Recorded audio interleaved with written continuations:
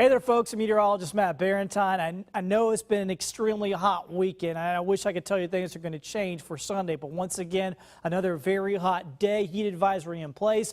Heat index values easily 106 to 110 through the day. And not just during the day. Check out the futurecast with the heat index. You start off the morning, especially in the coastal areas, really hot. Temperatures, the actual air temperatures never fall below 80 in a lot of our coastal areas, and you factor in the completely saturated air, and it'll feel like it's 100 degrees even starting the day. The rest of us don't get off so lucky either, looking at temperatures feeling like it's the mid-90s or low 90s as you start your Sunday. Then you go to church, come back from church. Here's what you're going to be experiencing by lunchtime.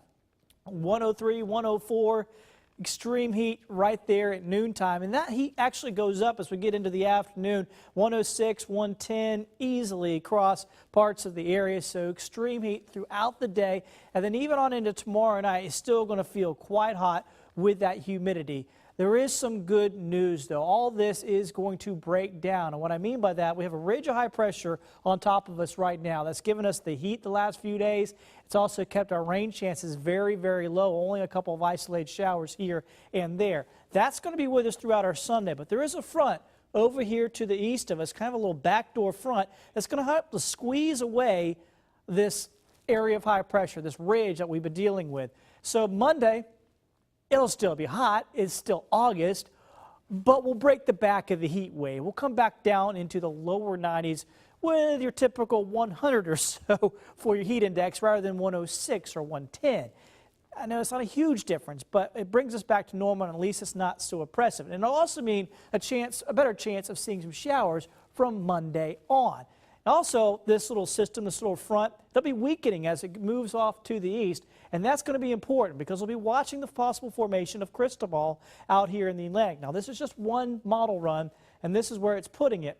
And it's going to be very critical to how strong this front is to when the storm makes a turn off to the north and east. And because of this and the fact that this storm could still try to sneak a little further to the south, it doesn't leave the East Coast out of play with this system just yet. I'm going to go ahead and get more into that. Here it is, very disorganized. Now, models have been saying for days that this will become Tropical Storm Cristobal. Last 2 days, hurricane hunters have been flying into it, and they found tropical storm strength winds. But they cannot find a decent low-level circulation. So in other words, a cluster of storms, but it hasn't been able to form itself into an actual tropical storm just yet. But that probably won't be too long away from happening. We do expect it to eventually become Cristobal as it moves off to the north and east. And once again, we're talking about the north and west.